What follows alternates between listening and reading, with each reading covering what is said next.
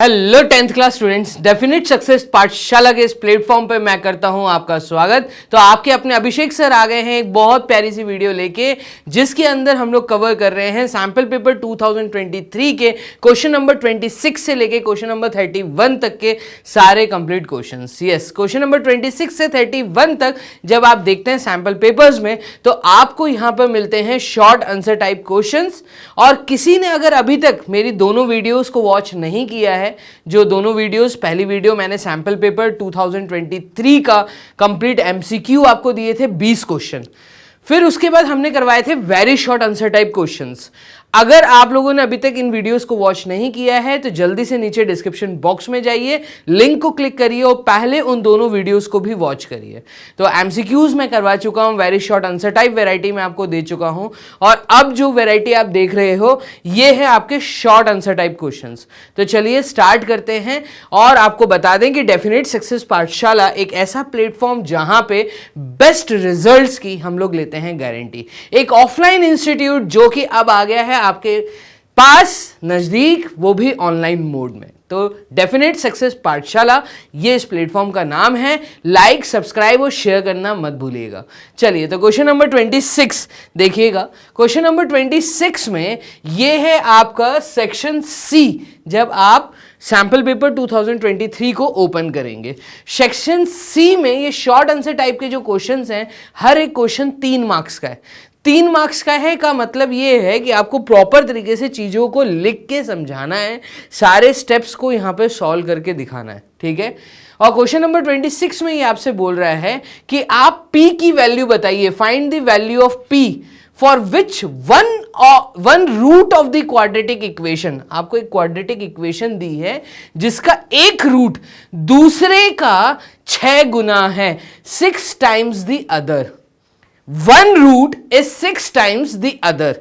तो यहां पे देखिएगा, अगर इस क्वेश्चन को हम अटेम्प्ट करें तो प्रॉपर तरीके से पहले तो हम पेन चूज कर लेते हैं और फिर उसके बाद हम चीजों को करना सॉल्व चालू करते हैं। चलिए तो यहां पर सबसे पहले मैं आपको समझा रहा हूं क्वेश्चन को अटेम्प्ट कैसे करना है। हम प्रॉपर तरीके से लिखेंगे सॉल्यूशन।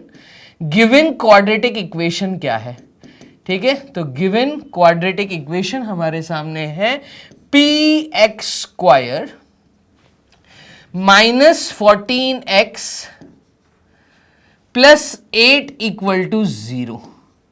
ये हमारे पास एक इक्वेशन गिवन है।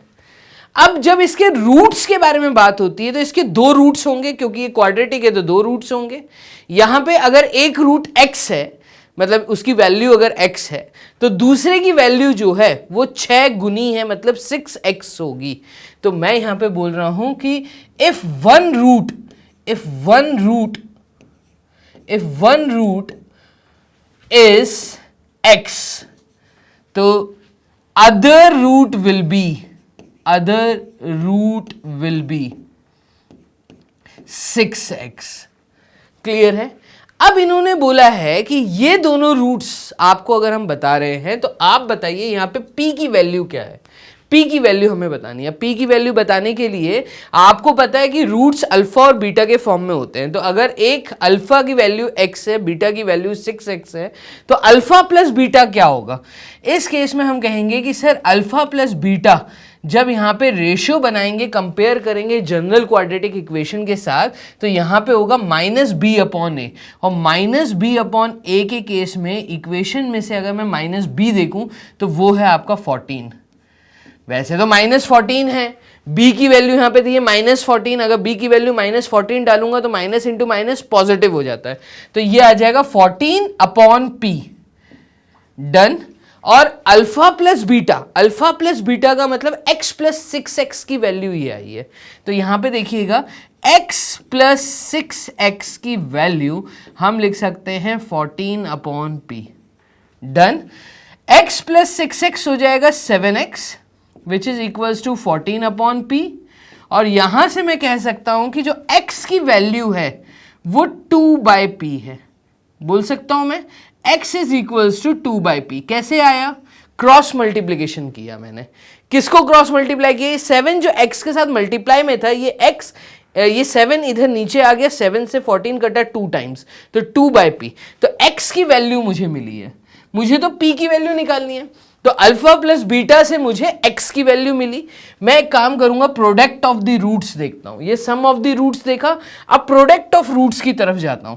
तो जब मैं प्रोडक्ट ऑफ रूट्स की तरफ जाऊंगा, मतलब अल्फा बीटा की बात करूंगा, तो अल्फा बीटा प्रोडक्ट ये हो जाएगा आपका c अपॉन ए, और c अपॉन ए मतलब यहां पे कांस्टेंट वैल्यू है 8 और नीचे a की वैल्यू आ जाएगी p। a तो p है और p की वैल्यू निकालनी है।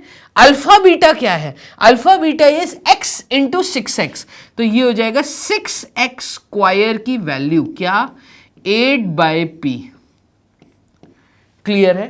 और x की वैल्यू अभी आपने देखा 2/p होती है, मतलब जो निकल के आई है। ये 2/p को जब आप यहां पे सब्सटीट्यूट करेंगे तो ये आ जाएगा आपका 6 मल्टीप्लाइड विथ 2/p का whole square, which is equals to 8/p।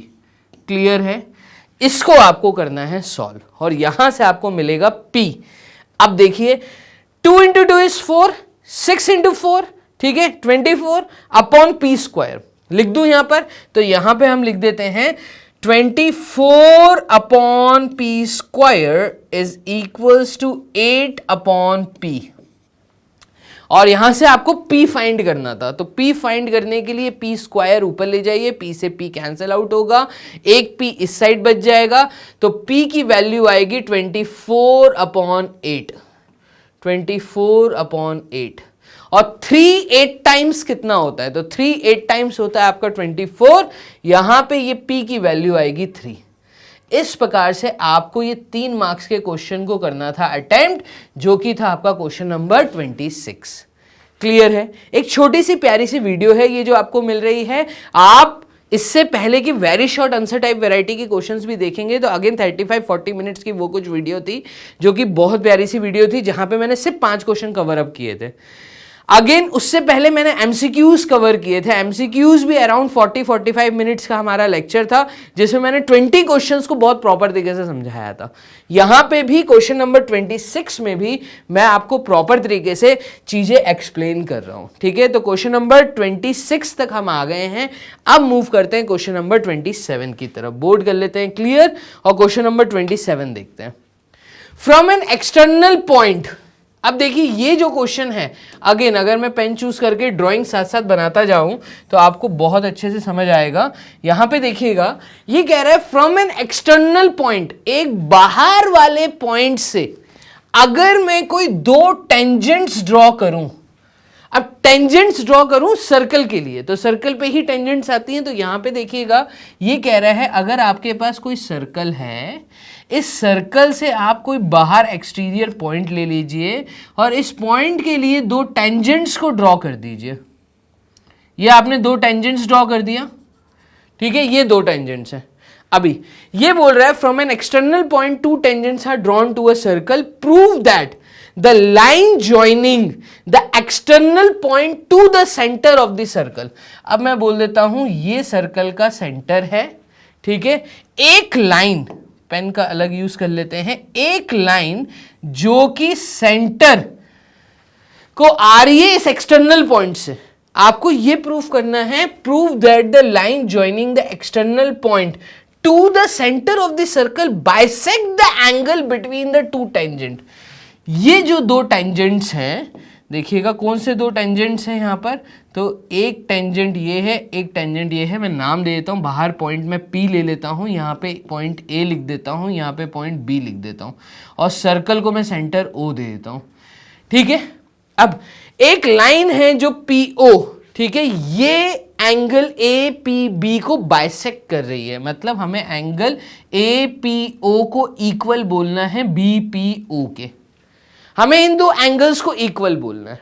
Done, चलिए लिखना चालू करते हैं। तो यहां पे सबसे पहले मैं लिख लेता हूं गिवन में क्या क्या है। तो गिवन में मुझे एक सर्कल गिवन है, circle having name C with centre O and radius R। Circle with C centre O comma R, मतलब सेंटर की वैल्यू O दी है, ठीक है। तो सर्कल आपको दिया हुआ है, 2 टेंजेंट्स आपको दिए हैं, PA and PB are tangents. ये क्या है? ये टेंजेंट्स है, आर टेंजेंट्स, ठीक है, अभी मैं यहां पर ये बोल रहा हूं कि ज्वाइन, एक छोटा सा कंस्ट्रक्शन पार्ट बोल देता हूं। कंस्ट्रक्शन पार्ट में मैं ये बोल रहा हूं कि आप ज्वाइन करिए। किसको ज्वाइन करिए? Join AO and BO the radius. ये दोनों रेडियस हैं, आप इनको ज्वाइन कर दीजिए। तो यहां से लेके मेरी डॉटेड लाइन से इसको ज्वाइन करवा देता हूं। ये मैंने ज्वाइन करवा दिया। अब आपको शो क्या करना है या प्रूफ क्या करना है? तो टू शो आपको ये शो करना है कि जो एंगल APO है, APO ये इक्वल है एंगल BPO के। आपको ये प्रूफ करना है कि PO जो है वो बेसिकली बाइसेक्ट कर रही है इस पूरे एंगल को, बाइसेक्ट कर रही है मतलब ये दोनों एंगल्स इक्वल होंगे। तो आपको यही प्रूफ करना है। चलिए, ये प्रूफ करने के लिए हम क्या करें, चालू करते हैं। तो हम ले लेते हैं दो ट्राइंगल, एक ले लेते हैं APO और एक ले लेते हैं BPO। तो मैं यहां पे लिख देता हूं in triangle APO and BPO, triangle BPO। ये दो ट्राइंगल्स हैं हमारे पास। इन दोनों ट्राइंगल्स में हम बोल सकते हैं कि PO एंड PO दोनों ट्राइंगल्स के लिए कॉमन साइड है। तो PO is equals to PO, common है दोनों ट्राइंगल्स के लिए। अगेन, अगर दोनों ट्राइंगल्स के लिए कॉमन है तो मैं बोल सकता हूं AO और BO भी इक्वल है।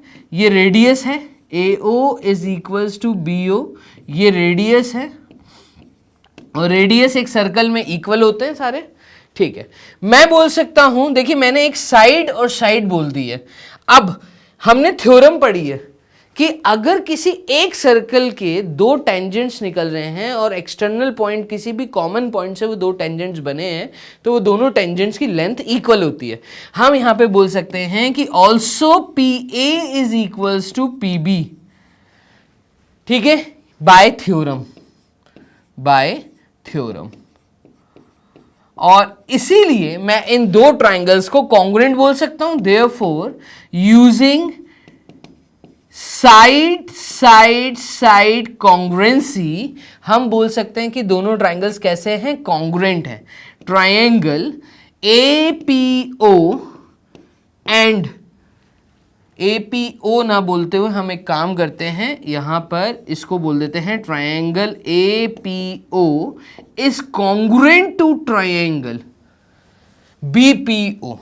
और जब ये दोनों ट्राइंगल्स कॉन्ग्रुएंट हो गए तो हम ये बोल सकते हैं कि इनके जो करस्पॉन्डिंग पार्ट्स हैं वो भी इक्वल होंगे। तो देयरफॉर बाय CPCT हम ये बोल सकते हैं, CPCT का यूज करके, कि एंगल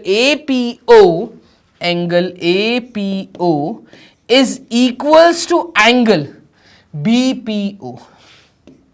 क्लियर है ये चीज? कमेंट बॉक्स में जरूर बताइएगा। मिलते हैं नेक्स्ट क्वेश्चन में, चलते हैं। तो यहां पे क्वेश्चन नंबर 8 की तरफ चलते हैं। क्वेश्चन नंबर 27 भी आपका हो गया सॉल्व, 26 हो गया, 27 हो गया। अब आ जाइए क्वेश्चन नंबर 28 क्या बोल रहा है, बोर्ड कर लेते हैं क्लियर। क्वेश्चन नंबर 28, दो कंसेंट्रिक सर्कल्स हैं, दोनों के रेडियस दिए हैं। अब कंसेंट्रिक वर्ड आप लोगों ने पहली बार सुना था 9th क्लास में, ठीक है? तो 10th क्लास स्टूडेंट्स, कंसेंट्रिक मैं मान के चलता हूं हर एक स्टूडेंट को पता है, ऐसे सर्कल्स जिनका कॉमन रेडियस, जिनका कॉमन सेंटर पॉइंट होता है, रेडियस डिफरेंट होते हैं, ठीक है? Concentric circles. तो इन्होंने बोला है कि कंसेंट्रिक सर्कल्स, एक सर्कल ये है, सेंटर पॉइंट ये है, इसी सेंटर पॉइंट से मैं दूसरा सर्कल ड्रॉ कर रहा हूं, ठीक है? तो ये हो गया कंसेंट्रिक सर्कल। दो circles having the same centre but different radii. आपको ये बोला है two concentric circles are of radii 5 centimetre and 3 centimetre. एक रेडियस आपको दिया है यहां से यहां तक, ठीक है, R1, और एक रेडियस आपको दिया है यहां से यहां तक R2, ठीक है? Small radius, bigger radius. आपसे ही बोला है find the length of the chord of the larger circle. अच्छा, लार्जर सर्कल में कॉर्ड है जो स्मॉलर सर्कल को टच कर रही है। तो मैं बोल देता हूं यहां पर ये वो कॉर्ड है, ठीक है? मैं बोल देता हूं AB इज द कॉर्ड। आपको AB की लेंथ बतानी है बेसिकली, ठीक है, तो A B is the chord, ठीक है। और यहाँ पे हम कलर के पेन का यूज कर लेते हैं। मैं एक काम कर देता हूँ, यहाँ पर सबसे पहले हम बाहर वाले रेडियस को ज्वाइन कर देते हैं। ये जो R1 है मैंने यहाँ पे ज्वाइन कर दिया B पॉइंट के साथ, डन। और R2 की तो वैल्यू हमें नोन है। अब हमें ये पता है, देखो गिवन पार्ट यहाँ पे लिख लेते हैं, given part concentric circle, given है आपको कंसेंट्रिक सर्कल विथ रेडियस। तो R1 आपको दिया है बड़ा रेडियस 5 सेंटीमीटर का, और आपको दिया है छोटा रेडियस R2 क्या दिया है 3 सेंटीमीटर का, ठीक है। आप यहां पे बोल दीजिए कॉर्ड, है ना, तो कॉर्ड बोल देते हैं, chord A B is chord, ये भी आपको दिया है। अच्छा, अगर ए बी कॉर्ड है तो इन्होंने बोला था find the length of the chord, तो ये भी गिवन पार्ट में है, ए बी इज कॉर्ड। और टू शो या टू फाइंड क्या पता करना है हमें, length of the chord, length of chord A B. हमें कॉर्ड की लेंथ बतानी है, मतलब हमें पूरे ए से लेके बी तक की लेंथ बतानी है। हम एक काम करते हैं, इस पॉइंट को मार्क कर देते हैं एम, डन। अब आपने जब 9th क्लास में ये पढ़ा था कि किसी कॉर्ड के लिए, ठीक है, किसी कॉर्ड, अगर बड़े सर्कल में ये कॉर्ड है तो हम ये भी बोल सकते हैं कि सेंटर से इस कॉर्ड पे आने वाली दूरी, सेंटर से इस पर्टिकुलर कॉर्ड पे आने वाली दूरी, ठीक है, ये जो है ये स्मॉलेस्ट डिस्टेंस होगा, इसलिए यहाँ पे 90 डिग्री का एंगल फॉर्मेशन होगा। देखो मैंने जो सर्कल लिया है वो मैंने आउटर सर्कल लिया है। आउटर सर्कल में अगर ए बी कॉर्ड का काम कर रही है, ठीक है, तो A B is chord for outer circle, ठीक है, जो कि स्मॉलर सर्कल को टच कर रही है। तो ये ए बी कॉर्ड का अगर मैं सेंटर से डिस्टेंस देखूं तो स्मॉलेस्ट डिस्टेंस जो होगा वो परपेंडिकुलर होगा। तो मैं ये बोल सकता हूं कि OM is perpendicular to AB, हम ये बोल सकते हैं, ठीक है। तो हम यहां पे लिख भी लेते हैं कि since AB chord has smallest distance, या AB chord has, हम ये बोल सकते हैं AB chord क्या है, AB chord has या AB chord is perpendicular, since AB chord is perpendicular, लिख लीजिए इज परपेंडिकुलर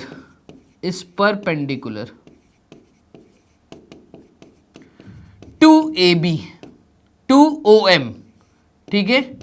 अच्छा, AB जो है वो परपेंडिकुलर है OM की, तो एक ट्राइंगल फॉर्मेशन मुझे यहां पे दिख रहा है OMB। अब OMB ट्राइंगल अगर मैं देखूं तो इन ट्राइंगल OMB, इस ट्राइंगल के अंदर देखिएगा OMB, OM मतलब रेडियस R2 दिया है, OM आपको दिया हुआ है, OM is equals to R2, और रेडियस R2 की वैल्यू आपको दी है 3 सेंटीमीटर। फिर आपको OB दिया है, OB आपका R1 है, OB is equals to R1, और R1 आपको दिया है 5 सेंटीमीटर। आपको निकालना है MB निकालने के लिए मैं क्या करूंगा, तो in triangle this using pytho theorem, मैं यहां पे लिख देता हूं using pytho theorem. Pytho theorem क्या कह रही है, पाइथो थ्योरम ये कह रही है कि हाइपोटेन्यूज का स्क्वायर, अब देखो 90 डिग्री क्योंकि यहां पे बन रहा है, ये 90 डिग्री बन रहा है, 90 के सामने ये हाइपोटेन्यूज है, क्या OB इज हाइपोटेन्यूज। तो मैं यहां पे कहूंगा hypotenuse square is equals to perpendicular square plus base square, और अगर वैल्यूज को उठा के यहां पे हम डाल दे तो यहां पे हाइपोटेन्यूज का स्क्वायर इज OB का स्क्वायर, OB इज 5 का square, that is 25 is equals to, और यहां पे OM क्या है, OM इज परपेंडिकुलर, तो OM की वैल्यू हमें R2 दी है जो कि 3 सेंटीमीटर दी है, तो यहां पे हो जाएगा 9 प्लस बेस हम ले लेते हैं MB को, तो MB का स्क्वायर, क्लियर है। यहां पे इसको अगर हम सॉल्व करेंगे तो 25 में से 9 गए, और 25 में से 9 गए तो ये बचेगा आपका 16, ठीक है, यहां पे 16, तो MB की जो वैल्यू आएगी वो आएगी आपकी 4 सेंटीमीटर। सारी यूनिट सेंटीमीटर में चल रही हैं। अब सिंस MB की वैल्यू 4 सेंटीमीटर आई है, B से लेके M तक की BM की जो वैल्यू आई है 4 सेंटीमीटर आई है, और क्योंकि ये कॉर्ड बड़े सर्कल के लिए थी तो बड़े सर्कल की दूरी सेंटर से अगर ये परपेंडिकुलर डिस्टेंस मान के चल रहा हूं तो BM is equals to AM। ये आपने 9th क्लास चैप्टर सर्कल्स में पढ़ा है कि कोई भी कॉर्ड अगर सर्कल की कॉर्ड है तो उसका सेंटर से जो परपेंडिकुलर डिस्टेंस है, ठीक है, वो परपेंडिकुलर जो है वो उस पर्टिकुलर कॉर्ड को बाइसेक्ट करती है। ये आपने थ्योरम पढ़ी थी 9th क्लास में। तो यहां पे हम कहेंगे since AM is equals to BM, therefore AM is also equals to 4 centimetre, और हमें लेंथ ऑफ द कॉर्ड बतानी थी AB, तो AB की वैल्यू आ जाएगी 4 + 4 दैट इज 8 सेंटीमीटर। तो हम कहेंगे कि जो AB की वैल्यू है वो है 8 सेंटीमीटर। डन। हमने इस प्रकार से सेक्शन C में क्वेश्चन नंबर 28 को भी कर लिया है सॉल्व। मूव करते हैं नेक्स्ट क्वेश्चन की तरफ। क्वेश्चन नंबर 29 क्या कह रहा है, बोर्ड कर लेते हैं क्लियर। क्वेश्चन नंबर 29 पे आ जाते हैं। क्वेश्चन नंबर 29 में हमें 2 पार्ट दिए A एंड B। 1.5 मार्क्स का ये है, 1.5 मार्क्स का ये है, टोटल 3 मार्क्स में 2 सब पार्ट दिए। How many terms are in AP whose first and fifth term are -14 and 2 respectively and the last term is 62।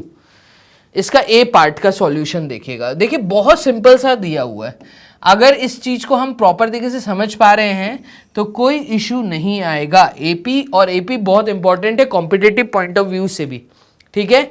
तो यहां पर हम बोलेंगे, देखिएगा यहां मैं ले रहा हूं कि solution of A part, solution of A part, first part का सॉल्यूशन क्या होगा। फर्स्ट पार्ट का how many terms are there in AP, तो मुझे n की वैल्यू निकालनी। हाउ मेनी टर्म्स मतलब n निकालने, ठीक है। Whose first and the fifth term, तो मुझे क्या गिवन है, गिवन पार्ट पहले लिखता हूं। मुझे गिवन है first term A1, first term मुझे गिवन है -14 एंड द फिफ्थ टर्म की तरफ आता हूं तो ये रही मेरी fifth term. Fifth term is 2, तो first term is -14 and fifth term is 2 and the last term is 62। Last term मतलब nth टर्म मुझे दी है 62। ये मुझसे कह रहे हैं अगर ऐसी कोई AP है जिसके अंदर फर्स्ट टर्म, फिफ्थ टर्म और लास्ट टर्म नोन है, तो आप बताइए फर्स्ट टर्म से लेके लास्ट टर्म तक टोटल नंबर ऑफ टर्म्स कितनी है। ये तो वैल्यू दी है, टोटल नंबर ऑफ टर्म्स बताइए, मतलब n की वैल्यू बताइए।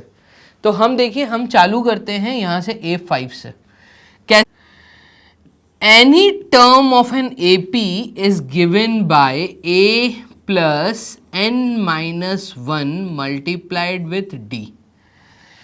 इस चीज का हम यूज करते हैं, और यहां पे अगर मैं फिफ्थ टर्म को डाल दूं, फिफ्थ टर्म, अब देखो फिफ्थ टर्म मतलब n की जगह अगर 5 लिखूं तो फिफ्थ टर्म को हम कैसे दे सकते थे।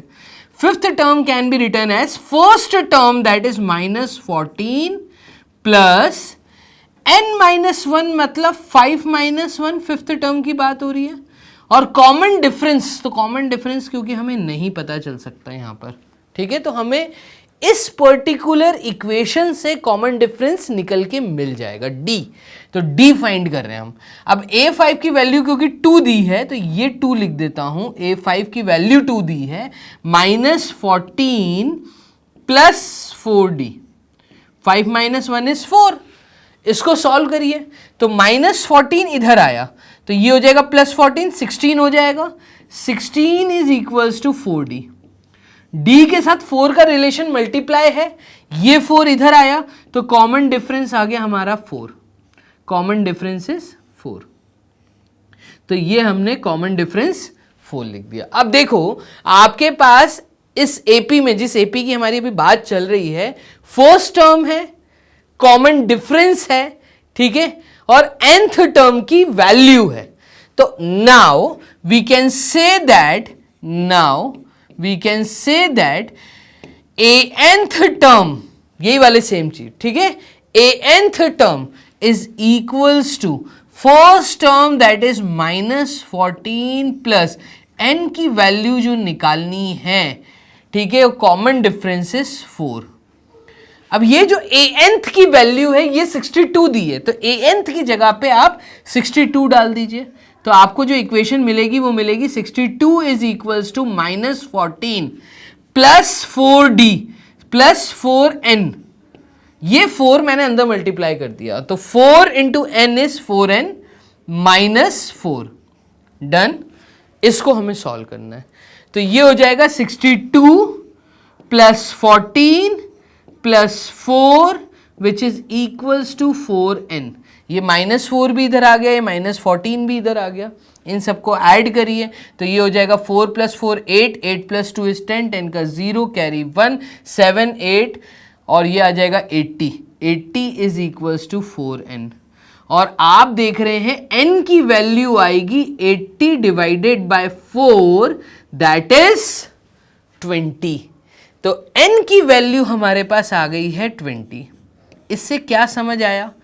जिस एपी के बारे में ये लोग बात कर रहे हैं, जिसकी फर्स्ट टर्म दी है, फिफ्थ टर्म दी है, nth टर्म दी है, इस एपी के अंदर टोटल 20 टर्म्स हैं, 20 टर्म्स हैं जो आपने फाइनली सॉल्व करके निकाला।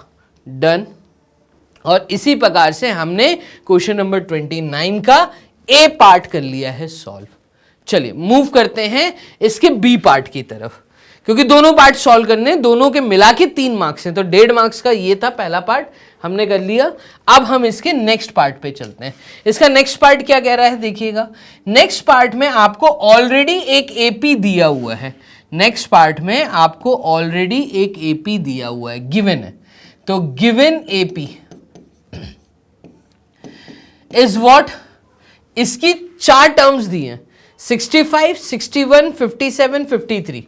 तो आपको दिया है 65, 61 और 57 और 53 ये दिया है, और आगे ऐसे डैश है, ठीक है। Is the first negative term which term of an AP. अच्छा देखिए, मैं कम की तरफ जा रहा हूं, मैं डिक्रीजिंग ऑर्डर में जा रहा हूं, यहां पे 65 से 61 फिर 57 फिर 53 वैल्यूज कम होती जा रही हैं। ये कह रहा है वो कौन सी टर्म होगी जो कि पहली टर्म होगी इस एपी की, ठीक है, और वो नेगेटिव होगी। तो पहली negative term, first negative term of this AP. अभी जितनी भी टर्म्स दी हैं वो सब पॉजिटिव तुम्हारे सामने लिखी है, तुम यहां से नेगेटिव टर्म बताओ। तो आपको पता है, देखो nth टर्म बताने के लिए हम जिस इक्वेशन का यूज करते हैं, अभी पीछे भी हमने किया, a + n - 1 × d, इसका यूज किया हमने, ठीक है। अभी हमसे बोला है ये nth टर्म जो है ये नेगेटिव होनी चाहिए, ठीक है, नेगेटिव होनी चाहिए, मतलब इसकी जो भी वैल्यू आएगी उसकी वैल्यू इससे कम होनी चाहिए। तो हम ये बोल सकते हैं कि an should be less than 0। देखो ये जो कंडीशन बनी है ना कि इसकी वैल्यू 0 से छोटी होनी चाहिए, मतलब इसकी वैल्यू इससे छोटी होनी चाहिए, मतलब 0 से छोटी होनी चाहिए, तो ही तो नेगेटिव आएगी, तो नेगेटिव आएगी। अब an की जगह क्योंकि मैं ये लिख सकता हूं, तो मैं यहां पे इस वैल्यू को लिख देता हूं, ये हो जाएगा a + n - 1 × d should be less than 0। दिए हुए एपी में जो फर्स्ट टर्म है वो तो 65 है, कॉमन डिफरेंस क्या है, कॉमन डिफरेंस है आपका 61 - 65, और ये है आपका कॉमन डिफरेंस -4। उठाओ ये वैल्यू और यहां पे डाल दो, तो 65 + n - 1 common difference is -4 should be less than 0। इसको हम कैरी करते हुए चलते हैं, देखना इसको सॉल्व करेंगे तो ये हो जाएगा 65 - 4n + 4 should be less than 0। 65 + 4 is what, 69, तो ये आ जाएगा 69 minus 4n, 69 minus 4n should be less than 0। और ये माइनस 4n को अगर यहां ले गए तो 69 should be less than 4n। या मैं ऐसा इसको अगर पलट दूं तो मैं ये भी कह सकता हूं n should be greater than, ठीक है, n, और 4 69 के नीचे आ जाएगा 69/4। और 69/4 को अगर आप सॉल्व करते हो तो ये वैल्यू आपकी आ रही है 4 1 टाइम्स इज 4 29, 4 7 टाइम्स इज 28, 17.2 या 3 के आसपास आपकी वैल्यू आ रही है। दैट मीन्स जो 17 टर्म्स है, n क्या है, n is the number of terms, जो 17th टर्म तक तो आप पॉजिटिव आए, उसके जस्ट बाद वाली जो टर्म है वो नेगेटिव होगी। तो मैं कहूंगा therefore 18th term, therefore 18th term would be negative, 18th term would be negative, ये नेगेटिव होगी। देखिए इसको सॉल्व करने का तरीका पूरा प्रॉपर तरीके से मैंने समझाया है कि क्योंकि हम ये इक्वेशन का यूज करते हैं, इस केस में जो टर्म है, जो भी nth टर्म के बारे में वो लोग बात कर रहे हैं, वो नेगेटिव होनी चाहिए। दैट मीन्स उसकी वैल्यू 0 से छोटी होनी चाहिए। तो इस कंडीशन को मैंने कैरी फॉरवर्ड किया और an की जगह पे मैंने इस इक्वेशन को लिख दिया, ठीक है। तो an की जगह पे जब मैंने RHS को लिख दिया तो यहां पे इसको कैरी करता हुआ चला आंसर, क्योंकि 17.3 आ रहा था, मतलब 17th टर्म तक तो आप पॉजिटिव आएंगे। यहां से आप जब चलना चालू करेंगे तो काउंटिंग करते हुए चलिए, 17th टर्म तक तो आप पॉजिटिव चलेंगे और आपकी जो 18th टर्म होगी वो नेगेटिव टर्म होगी। तो पहली नेगेटिव टर्म 18th टर्म होगी, वो मैंने यहां लिख दिया। इस प्रकार से आपने क्वेश्चन नंबर 29 को कर लिया है सॉल्व। मूव करें नेक्स्ट क्वेश्चन, क्वेश्चन नंबर 30 की जगह क्वेश्चन नंबर 30 देखिए। अगेन ट्रिग्नोमेट्री का पार्ट आ गया यहां पर।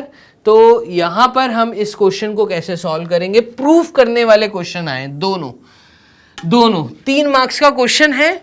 सेक्शन सी में क्वेश्चन नंबर 30 का ए और बी पार्ट 3 मार्क्स का है, 1.5 मार्क्स का ए पार्ट है, 1.5 मार्क्स का आपका बी पार्ट है। चलिए कैसे करना है इसको भी देखिएगा। तो हमें ए पार्ट का सॉल्यूशन लिख लेते हैं, सॉल्यूशन ए पार्ट, ठीक है, सॉल्यूशन ऑफ ए पार्ट। तो यहां पर हमें प्रूफ करना है कि LHS RHS के इक्वल है।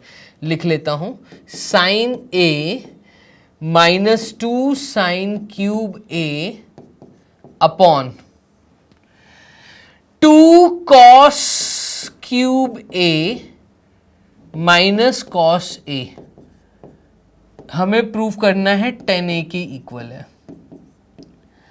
तो हम सबसे पहले इसकी LHS साइड ले लेते हैं। देखिए RHS के बराबर करना है, तो हम इसकी LHS के बराबर करना है, तो हम इसकी RHS वाली साइड ले रहे हैं। RHS वाली साइड क्या दी हुई है वो लिख लेता हूं।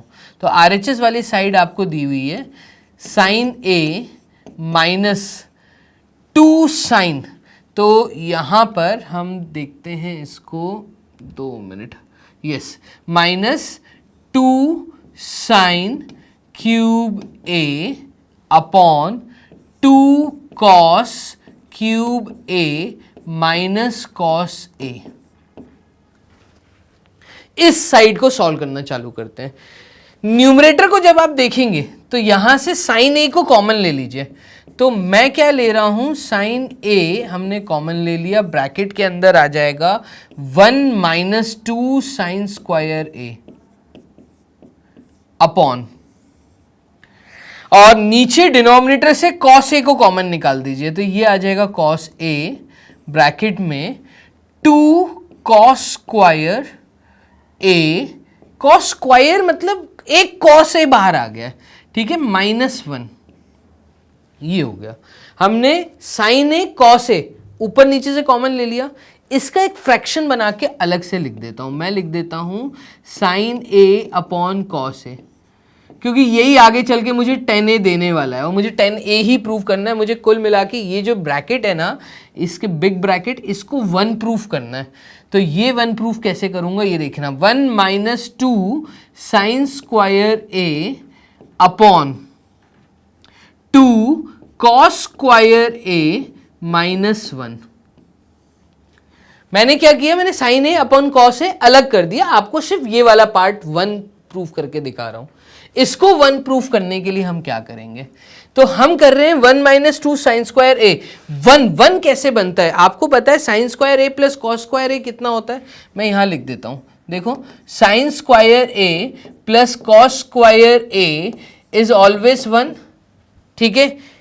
तो 1 की जगह पे अगर मैं ये पार्ट यहां पे डाल दूं तो मैं लिख सकता हूं sign A upon cos A, big bracket के अंदर 1 की जगह पे sign square A plus cos square A, ठीक है, minus 2 times sign square A upon 2 cos square A, और इस 1 की जगह पे अगेन मैं लिख रहा हूं यही sine square A plus cos square A,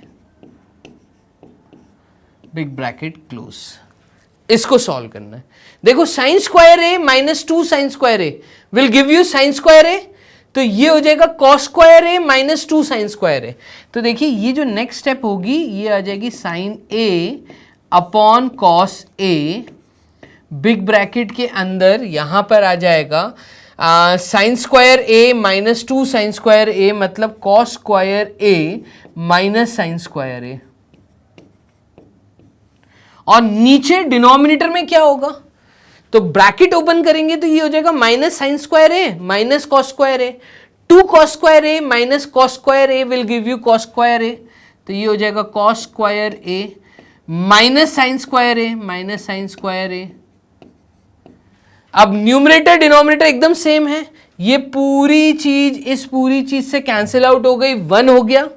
1 into sine A upon cos A will give you sine A upon cos A, और sine A upon cos A अगर मैं यहां लिख दूं sine A upon cos A को ही आप 10a बोलते हैं, तो क्या मैं यहां पे लिख सकता हूं देयरफॉर ये आपका जो RHS साइड था, सॉरी LHS साइड था, LHS की वैल्यू आपकी 10a आई है, देयरफॉर LHS आपने क्या लिया था RHS, नहीं यहां पे LHS होना चाहिए था, ठीक है। तो यहां पे हम कहेंगे कि 2 मिनट, चलिए कुछ नहीं, यहां पर ये छोटा सा क्या होता है क्लियर करने में थोड़ा सा इशू आ रहा है, तो मैं ये कह रहा हूं देयरफॉर जो आपका LHS है, LHS is equals to 10a, ठीक है। और LHS क्योंकि 10a है, RHS क्योंकि 10a है, तो आपने प्रूफ कर दिया LHS is equals to RHS, hence proved. Question number 30 का ए पार्ट आपने कर लिया है solve.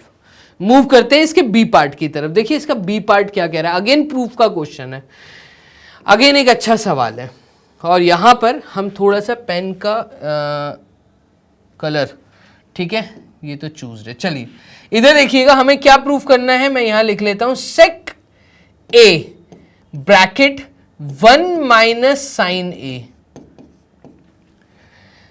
Bracket close, next bracket में लिखा है sec A plus 10a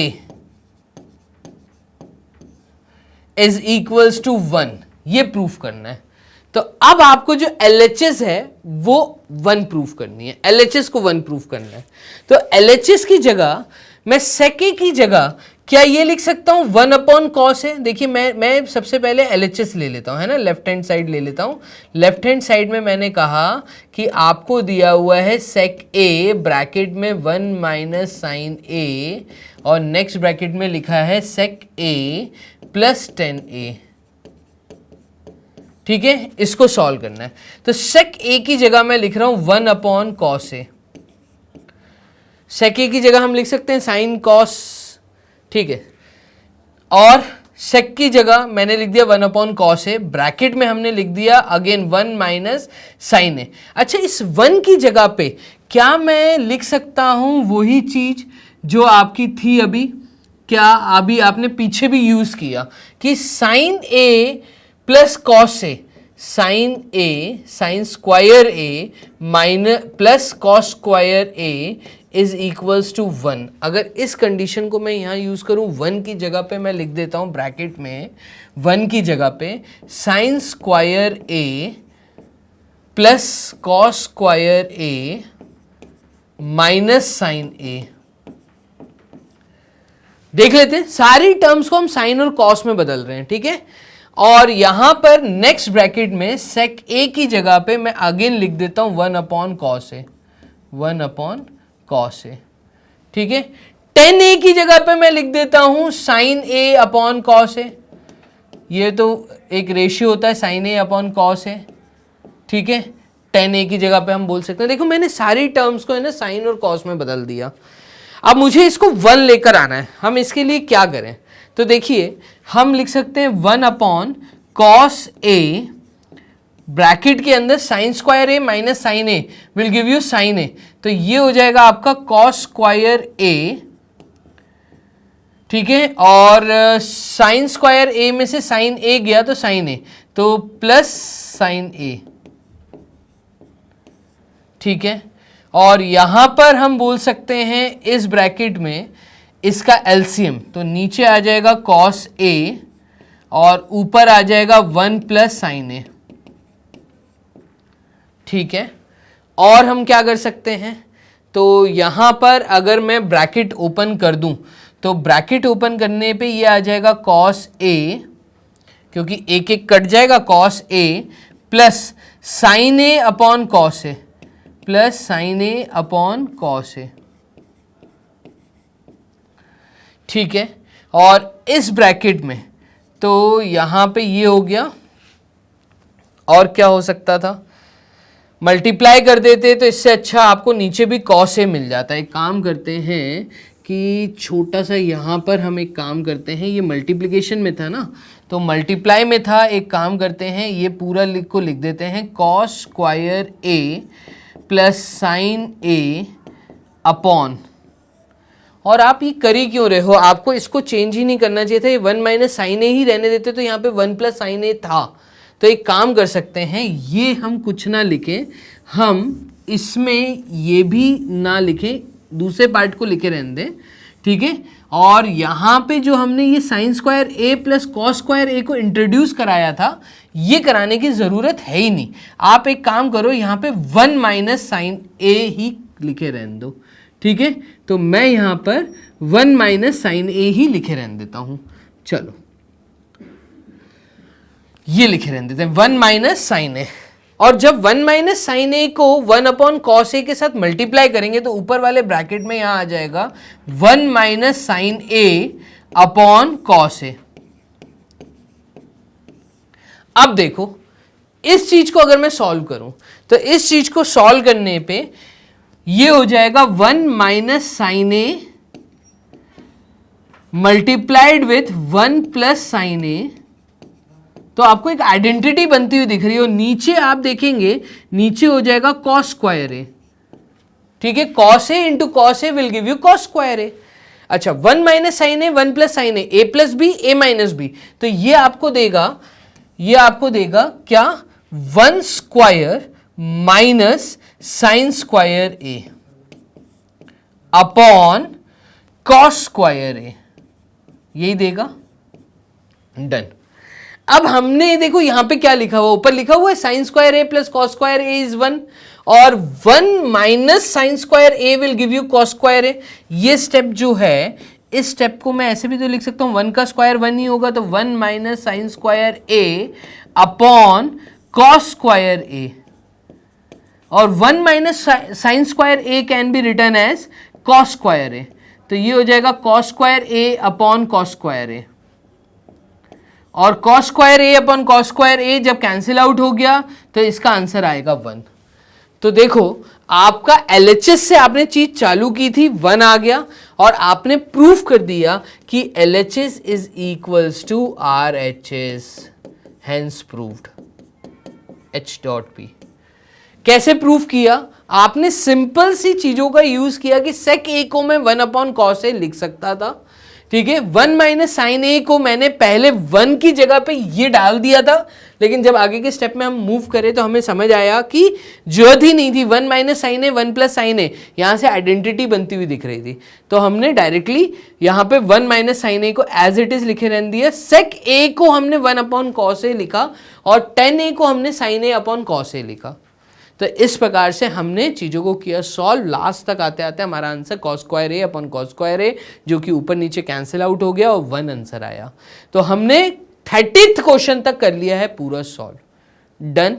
board कर लें क्लियर, तो यहां पर कर लेते हैं बोर्ड क्लियर। और last question short answer variety 3 marks के जो क्वेश्चन है, इसका जो लास्ट क्वेश्चन है वो देखिएगा। अगेन एक बहुत आसान question, prove that root 5 is an irrational number. ये प्रूव करिए कि रूट 5 जो है ये एक इररेशनल नंबर है। अब कैसे प्रूव करें? 3 मार्क्स का क्वेश्चन, ये डेफिनेटली मुझे ऐसा लगता है ये वैरायटी आपको देखने को मिल सकती है। अब इसको सॉल्व करने के लिए देखिएगा हम क्या करेंगे, करते हैं पूरा स्टेप। देखो लिख लेते हैं सॉल्यूशन, तो पेन का चूज कर लिया और ये हमारा आ गया यहाँ पर।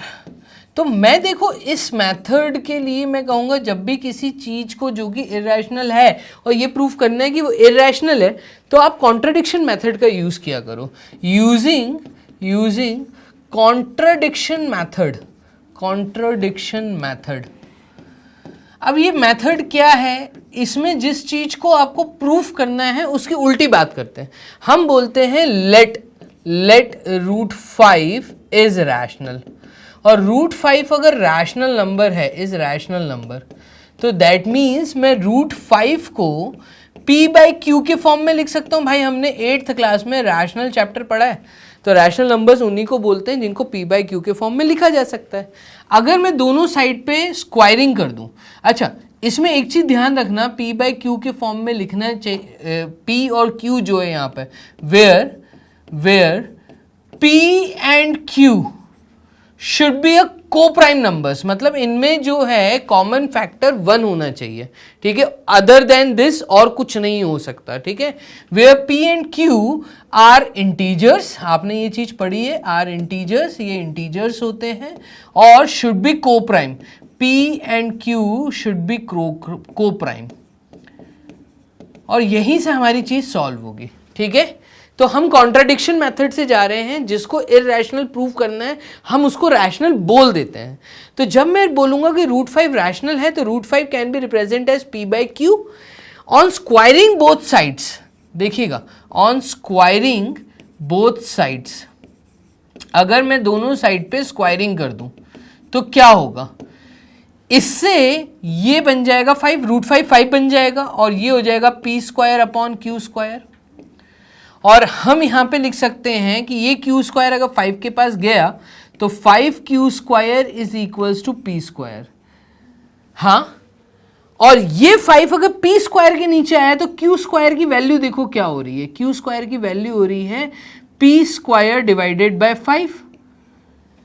हमने क्या बोला? p and q are integers, p and q should be coprime, और इस कंडीशन को देख के हम ये बोल सकते हैं कि अगर ये इंटीजर है तो 5 p को काटना चाहिए, मतलब p में एक 5 का फैक्टर होना चाहिए, ठीक है। तो हम यहाँ पे ये बोल सकते हैं कि p स्क्वायर, इस कंडीशन से मुझे ये समझ आ रहा है क्योंकि p स्क्वायर 5 से डिविजिबल हो रहा है, तो p स्क्वायर में भी 5 का फैक्टर होना चाहिए। That means p should has 5 age factor for any number.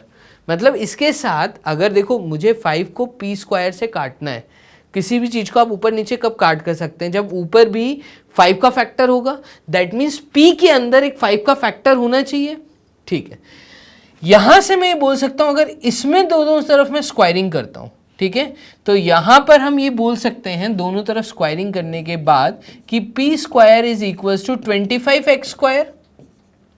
और यहां पर अगर मैं इसको सॉल्व करूं तो अगेन आप एक चीज को नोटिस करेंगे कि जो p स्क्वायर की वैल्यू है, ठीक है, वो 25 स्क्वायर है, और यहां पे p स्क्वायर की वैल्यू 5q स्क्वायर है। अगर इन दोनों को, इसको मैं बोल दूं फर्स्ट स्टेप और इसको मैं बोल दूं सेकंड स्टेप, तो आप नोटिस करिएगा फ्रॉम फर्स्ट एंड सेकंड हम ये बोल सकते हैं, देखो अभी तो मैंने p के लिए प्रूव कर दिया कि p में एक 5 का फैक्टर होना चाहिए। अब मैं q के लिए प्रूव करूंगा। फ्रॉम फर्स्ट एंड सेकंड मैं ये बोल रहा हूं p स्क्वायर की ये दो वैल्यूज हैं, that means 5q square should equals to 25x square, और q स्क्वायर यहां पर निकल के आ रहा है again 5x square. That means q में भी एक 5 का फैक्टर दिख रहा है, Q में भी एक 5 का फैक्टर दिख रहा है। मैंने शुरुआत में ये बोला था कि P एंड Q दोनों को प्राइम होना चाहिए। प्रॉब्लम यहां पे ये आ गई कि P में भी एक 5 का फैक्टर है और Q में भी एक 5 का फैक्टर आपको नजर आ रहा है। Q में भी एक 5 का फैक्टर नजर आ रहा है। तो जब P में भी 5 का फैक्टर है, Q में भी 5 का फैक्टर है, तो ये तो को प्राइम होंगे ही नहीं। तो देयरफॉर इट कॉन्ट्राडिक्ट्स। हमने कॉन्ट्राडिक्शन मेथड ही यूज किया था। हमने ये बोला था कि √5 रैशनल है। अगर √5 रैशनल है तो P एंड Q दोनों को प्राइम होने चाहिए थे। प्रॉब्लम ये है कि here P and Q is not को प्राइम नंबर्स, क्योंकि दोनों में 5। को प्राइम हम उनको बोलते हैं जिसमें फैक्टर 1 ही सिर्फ हो। अभी दोनों में फैक्टर 5 भी आ गया, तो P and Q both are not coprime pairs. ये को प्राइम नंबर्स नहीं है। तो अगर ये को प्राइम नहीं है, शुरुआत में आपने कहा था को प्राइम होने चाहिए, तो बात कॉन्ट्राडिक्ट हो गई। इसका मतलब ये रैशनल नहीं होगा। तो therefore √5 is not rational number. तो अगर ये रैशनल नहीं है तो ये इरैशनल होगा। ठीक है, और इस तरीके से आपको 3 मार्क्स से ये क्वेश्चन, मुझे ऐसा लगता है कोई भी नंबर देके वो आपको बोलेंगे कि इसको इरैशनल प्रूफ करिए। तो अगर इरैशनल प्रूफ करने को आया तो आप कॉन्ट्राडिक्टरी मेथड से जाइएगा। कॉन्ट्राडिक्टरी मेथड कहता है कि जिसको आपको इरैशनल प्रूफ करना है उसको रैशनल प्रूफ करने की कोशिश करो। तो रैशनल प्रूफ करने के लिए हम ऐसे ही करते हैं कि √5 को हम p/q के फॉर्म में लिख सकते हैं, और क्योंकि p एंड q दोनों को प्राइम होने चाहिए, और लास्ट में आते आते जब आप सॉल्व करने गए तो आपने देखा कि P एंड Q दोनों को प्राइम नहीं है, उन दोनों में 5 एज अ फैक्टर आ रहा है। तो अगर दोनों साइड पे 5 एज अ फैक्टर आ रहा है तो को प्राइम नहीं होंगे। शुरुआत में कहा को प्राइम होने चाहिए, तो इसका मतलब जो शुरुआत में मैंने बोला रैशनल नंबर है, तो वो रैशनल नंबर नहीं है, इरैशनल नंबर है। और हमने फाइनली कॉन्ट्राडिक्शन मेथड से इसको कर दिया प्रूफ। इसी प्रकार से आपने आज ये देखा इस वीडियो में अभी कि क्वेश्चन नंबर 26 से लेके 31 तक जो शॉर्ट आंसर वैरायटी क्वेश्चंस थे वो भी हमने कर लिए हैं खत्म। अब आपको क्या करना है, तो आपको बस डेफिनेट सक्सेस पाठशाला के इस प्लेटफॉर्म को फॉलो करना है। प्रॉपर तरीके से क्वेश्चंस जब आपके सामने फ्लैश होते हैं, आपको खुद उसको सॉल्व करके देखना है। वीडियो को पॉज करिए, सॉल्व करिए और फिर आगे सॉल्यूशन को चेक करिए। अगर आपके पास बुकलेट नहीं है तो जल्दी से चैनल को सब्सक्राइब जरूर कर लो, क्योंकि यहाँ पर नीचे डिस्क्रिप्शन बॉक्स में लिंक है, आपको फॉर्म फिलअप करना है। फॉर्म फिलअप करके आपको मिलेगा यहाँ पर बुकलेट। ठीक है, बुकलेट मतलब जहाँ पे हमने पिछले 5 साल के पेपर्स के क्वेश्चंस को पिक किया है, आपको सॉल्व करवा रहे हैं, आपको आपके बोर्ड की तैयारी करवा रहे हैं। तो 10th क्लास स्टूडेंट्स, आप बस चैनल को सब्सक्राइब जरूर कर लीजिए, है ना। प्यार बना के रखिए, वीडियो को लाइक जरूर दीजिए, ठीक है, और शेयर अपने दोस्तों के साथ जरूर करिए, क्योंकि बोर्ड एग्जाम्स हमारे सर पर है और हमें करनी है दम से तैयारी। फॉलो करते रहिए डेफिनेट सक्सेस पाठशाला के इस प्लेटफॉर्म को। और अगर किसी इंक्वायरी के लिए आप फ़ोन करना चाहते हैं तो नंबर्स अवेलेबल हैं, एडमिशन्स ओपन हैं। आप हमें कॉल करके इंस्टीट्यूट के बारे में जानकारी ले सकते हैं, ऑनलाइन प्लेटफॉर्म के बारे में जानकारी ले सकते हैं। तो चलिए मिलते हैं नेक्स्ट लेक्चर में, जहाँ पे मैंने लॉन्ग आंसर टाइप वेराइटीज़ को कवर अप किया है और केस बेस्ड क्वेश्चंस भी आपके इस सैम्पल पेपर में आपको दिख रहे हैं। तो हम सब कुछ करेंगे सॉल्व, बस आप प्यार बना के रखो, अपने अभिषेक सर के साथ बने रहो और यहाँ पर बढ़िया तरीके से मैथ्स के साथ मेरे साथ तैयारी करिए मैथ्स की। चलिए मिलते हैं नेक्स्ट वीडियो में, अपना ध्यान रखिए, बाय एंड टेक केयर।